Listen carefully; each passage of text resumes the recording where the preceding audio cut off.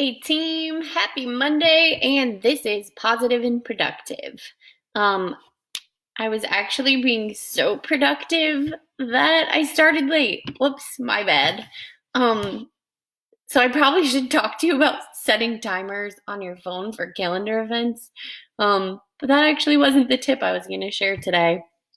Um, the one I was going to share actually has to do with this overwhelming feeling of needing to get things done, which is ironic because I'm here talking to you about how to get things done. And it's just funny because I was in one of my recovery support meetings this morning, and the topic was about staying in the moment and being flexible. Ironically, maybe I took that a little too serious because I was like, oh, I'm just going to do all the things I want to do and not be stressed over my schedule. So thanks, universe, for that reminder. Also, hello, Nellie and Vinny. Great to see you. Yeah, people are imperfect. Therefore, we all have permission to be imperfect with our schedules. First and foremost, especially if you were here the first week, I shared using like post-it notes or a dry erase board. So you have that visual reminder that schedules give us structure, but they should not rule our lives, because the only thing that should rule our lives are the things that are super important to us. That's just my perspective.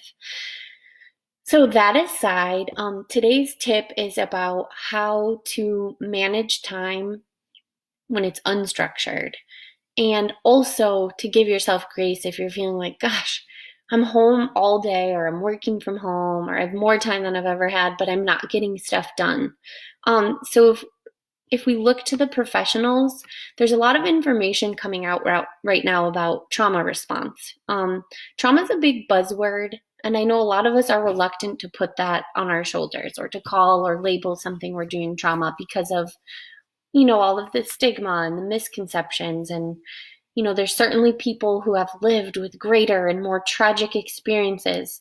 But the truth is, collectively, the world is suffering a trauma right now. Trauma is defined as a threat to your personal safety. And what makes it traumatic is that you feel powerless against it. Okay. So that's why some people, a car accident could be a trauma for them because they feel powerless and threatened, or another person could get in a car accident and not suffer a trauma because of their perspective on the situation. So whether we want to embrace that or not, the truth is, during this event, the pandemic, there's a lot of uncertainty. So if you can't wear the label trauma, you can at least agree that we're all very uncertain right now about the current times in the future.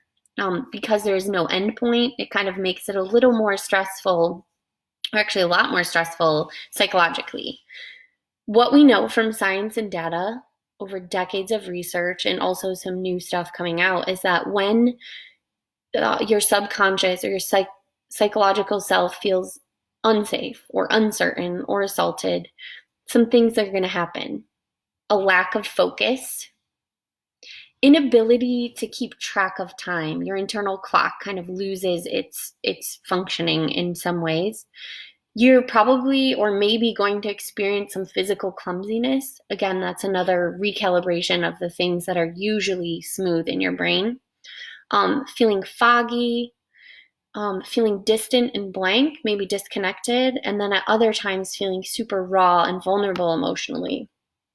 So if we look at that list of things, it makes getting work done really hard. For me, I can only speak of my experience. I've worked from home multiple times before in different capacities, and if I have 3 hours, I'm pretty good doing 3 hours of work.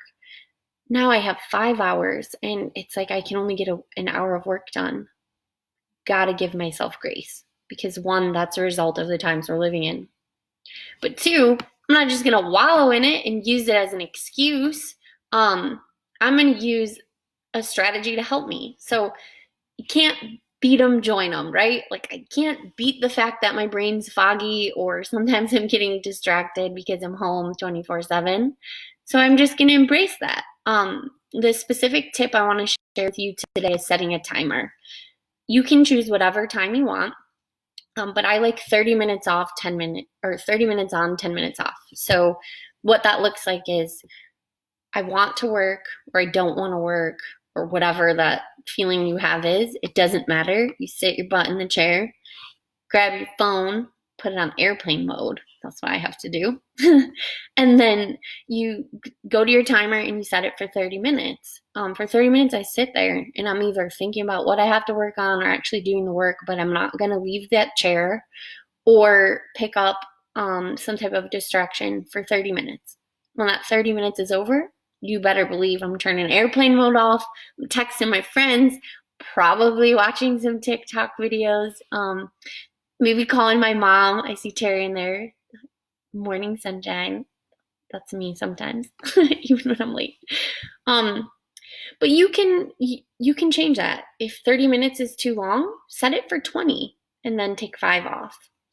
Or maybe you have a chunk of time, like from 10 to 12, and 30 on, 10 off isn't going to work. Kind of do the math and figure out what works best for you. But always try to make a little bit more work time than play time during work hours. And then you can do the reverse. If you're having trouble taking care of yourself, because that's true too, right? Like some of us are so zoomed in on work or so focused on it, we have trouble in enjoying this free time, which is really a blessing, in my opinion. You could do this same strategy with your free time. I'm going to read for 20 minutes and then I'm going to work for a half hour or, whatever works for you. But really having those small chunks is helpful. Pro tip, you set 30 minutes, you might find when that 30 minutes hits, you're like, I just want to do 10 more. And that's okay. Give yourself some grace and flexibility because that's the only thing we can do, really. So hopefully you find that helpful, just chunking your day into little pieces. And if you have any questions, feel free to leave them in the comments. I'd be happy to answer them. Not that I'm an expert.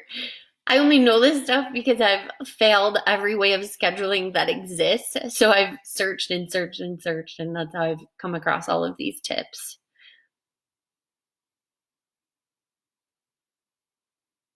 Maybe share some of the ways you all are getting distracted.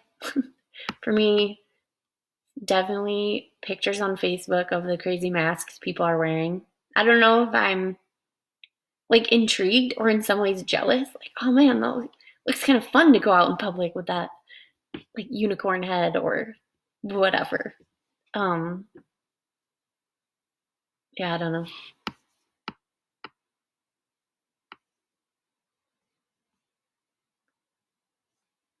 Oftentimes when we do these live videos, they go down rabbit holes. So I hope you enjoy them as much as I do. And I hope you get something out of this. I certainly do.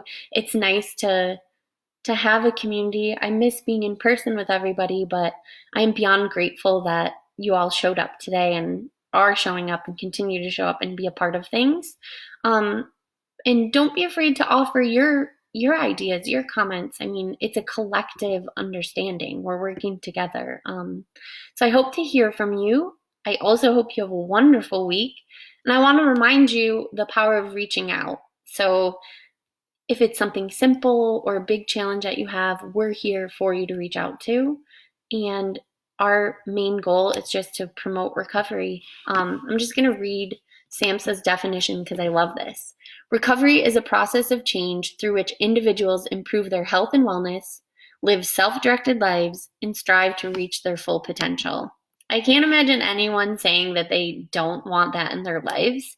And if you're feeling lost on recovery, regardless of what pathway you're walking, we do have peers available who would love to be, part of that journey for you and just encourage you through it.